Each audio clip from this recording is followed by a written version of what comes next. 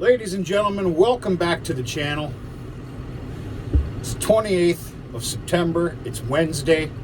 It's also known as National Beer Day, so I've got a God-given right to have a few beers tonight while I pick a pile of sweet corn. I got some private sweet corn orders I gotta fill. Never ends. This is the last week for it, though, I'll tell you that right now. So, okay, being that I have all the answers, I'm going to play Mr. Know-It-All, and I'm going to take you to school today. Just for a little bit, because I only got a little bit. You must, in this world and in this life, make positives out of a negative or negatives. So here we are today, this glorious, beautiful fall day, cutting my second crop sorghum.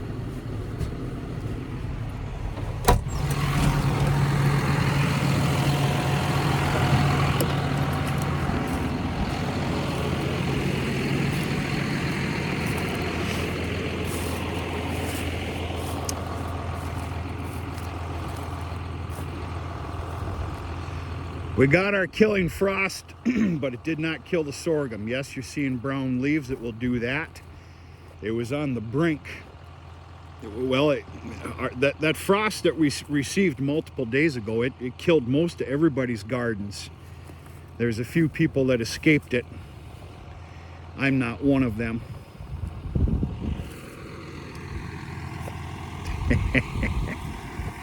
So, A, there's no pigweed in the second crop sorghum. If you follow the channel, you've seen what was in the first crop. B, most importantly, there is a harvestable crop here. Remember my famous words for the entire year this year. The crop isn't fit for a damn front page of a calendar, but there's a harvestable crop here, so we're going to be happy and feel fortunate.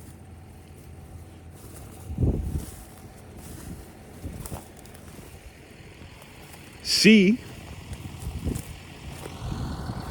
we've got no problems with what I like to call bamboo type stems, because it never got big enough.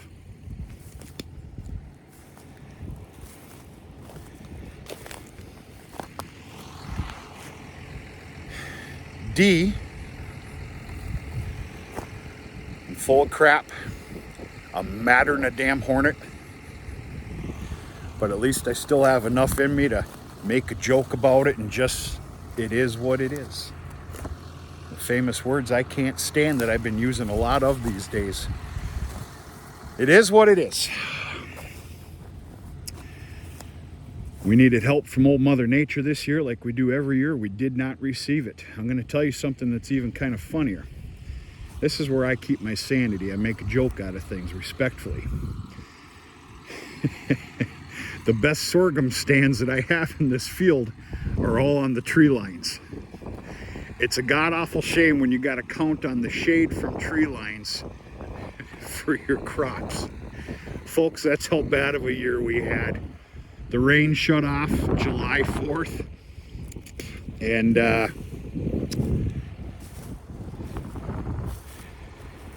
what are you going to do?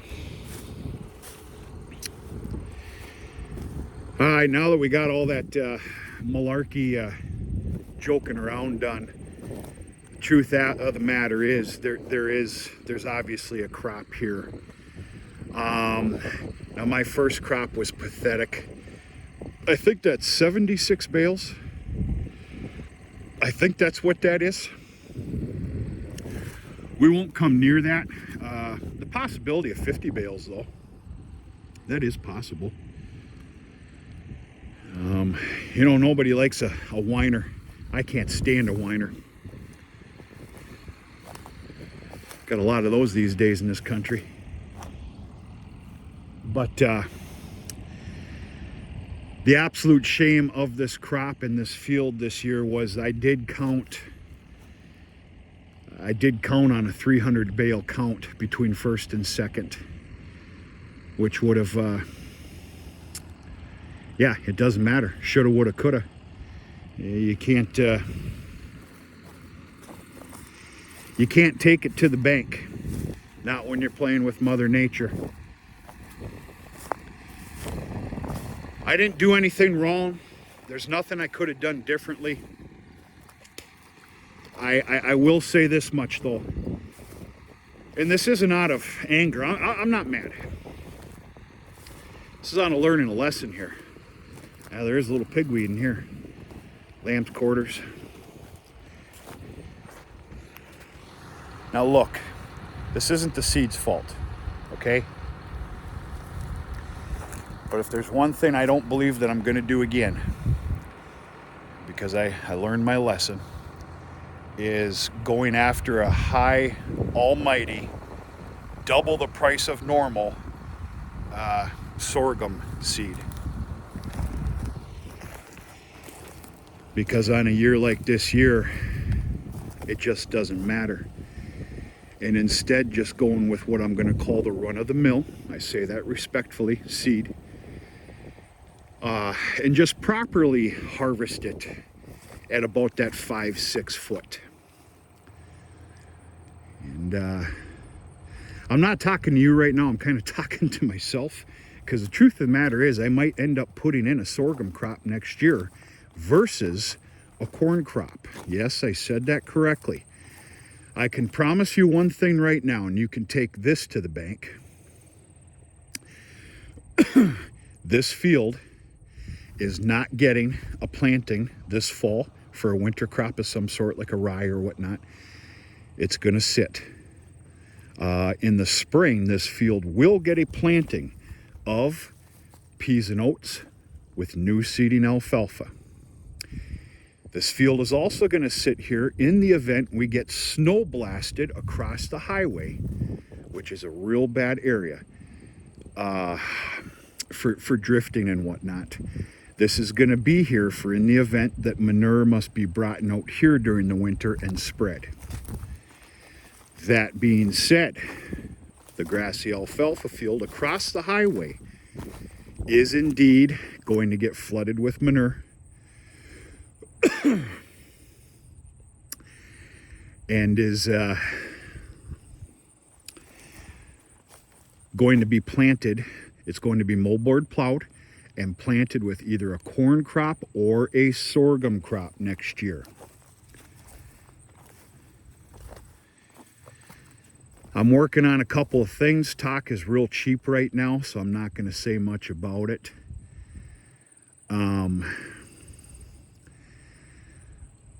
I can tell you this though, those silos must be filled, if not to the top, they need to be half filled next year. That is a rule of thumb that I am not dropping every 2 years so that they can be kept alive. You can't replace those. I can't. Well, it's either going to be a corn crop or a first crop sorghum and the peas and oats that get taken off of here. What I won't do is throw alfalfa up there. Alfalfa is really hard on those unloaders that we have up there. Don't get me wrong, it's doable. This sounds like crap, but I don't care to manage it because managing it is hell. There's a lot of people that might catch this that understand what I just said.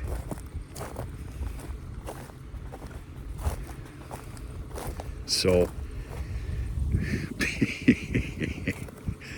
all you can do is laugh. I'm too much of a tough guy to cry, you know. Good night.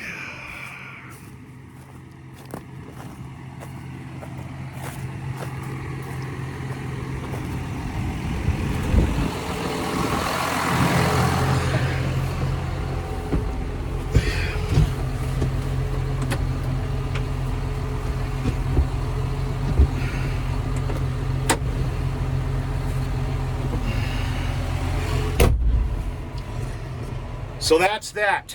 I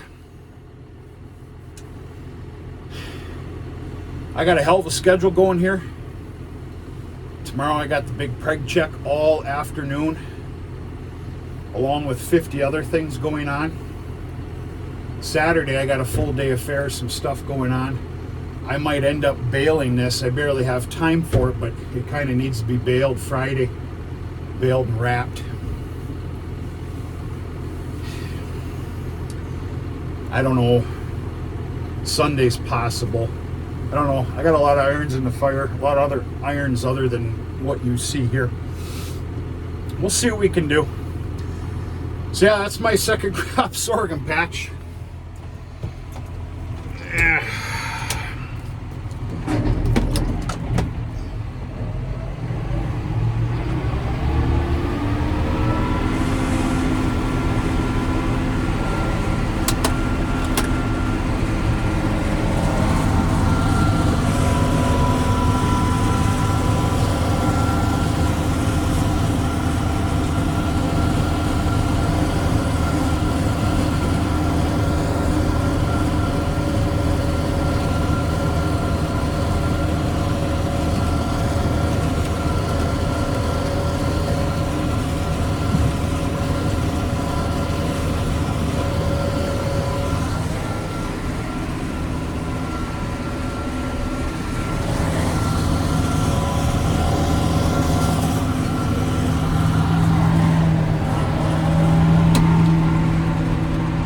Two hands.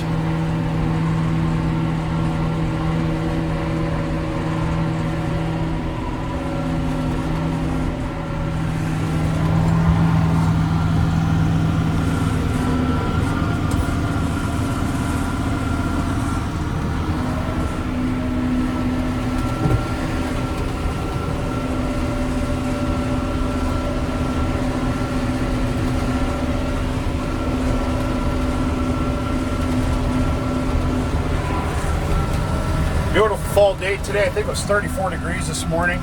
She was chilly. Left the old house this morning to do chores with flannel on.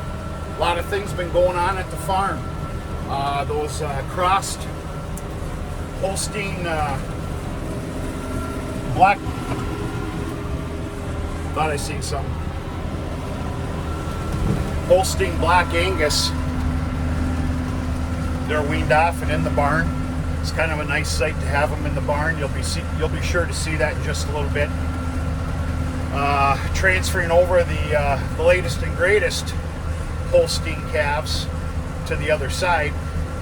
Spare you the details because starting tomorrow and I need to explain to you my process. I've been doing an awful job of that this year. Actually, it's barely existed, and all I can do is apologize.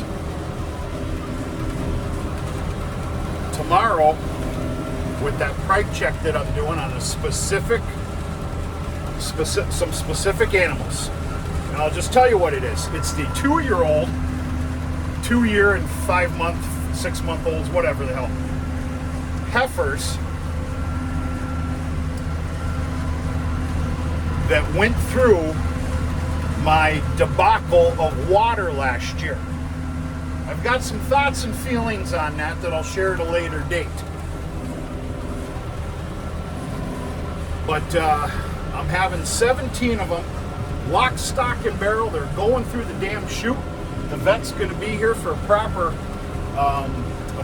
ultrasound preg check and a once-over. That's what I'm going to call it. I'm leaving a lot of things out right now. Moral of the story, anything that is open on tomorrow's 17 head, I'm doing 3 different preg checks this year. Yes, I said that correctly. Anything that's open is going to get an immediate vaccination, a white 840 EID tag that this world can barely get their hands on. I just got mine. Ordered 7 months ago.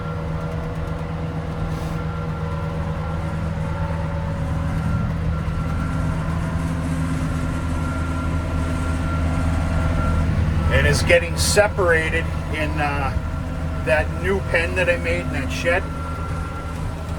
And they're going to be shipped off for a feeder sale that they're going to be shipped off in about a week and a half for a feeder sale within 2 weeks. The proper time and allotment there for vaccinations will have been met, and we'll see. They'll obviously be shipped as, I dare say, I'm going to say certified. I'll have paperwork to back it up, the preg check. Certified open 2-year-old heifers. It's another avenue of cleaning up the farm. I stopped shipping culled cows because my red flag strikes are over. Them have all been shipped. I will be preg checking the cow herd as well, though. The yearling heifers in 30 more days, and then the cow lot 15 days after that. Go from there. Anything open, it's got to go. Farm needs to be cleaned up. Running a few too many head, I'll admit it. I'll join some of you cocky sons of bitches that have been leaving a lot of messages. That's fine. You can laugh. I don't care.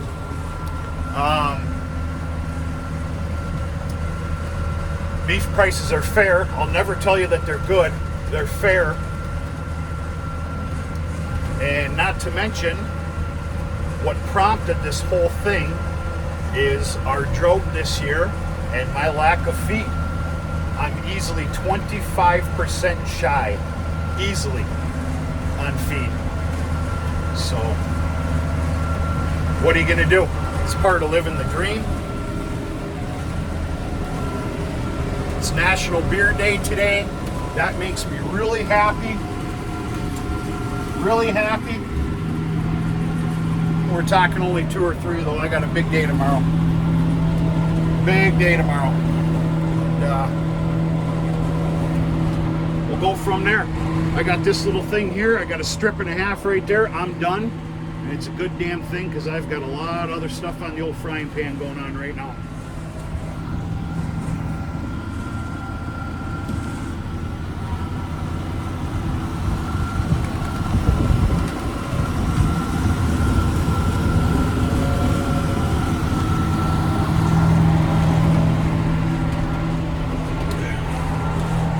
Folks, if anybody's still watching, we will catch up on all this nonsense that I'm talking about. And I'll make a lot of it make sense to you. The best that I can anyway. Hell, I don't even know if I'm making any sense doing what I'm doing. If you don't look at the checkbook, this all makes sense. Hope everybody's doing okay.